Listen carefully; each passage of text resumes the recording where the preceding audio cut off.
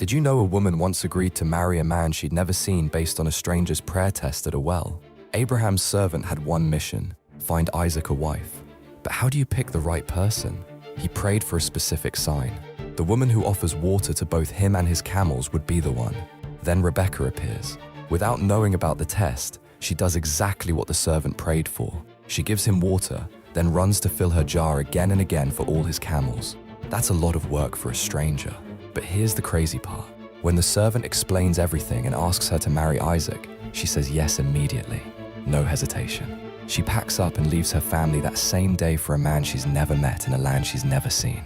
The real message is this: sometimes God's guidance comes through specific signs, and faith means acting even when the path seems impossible.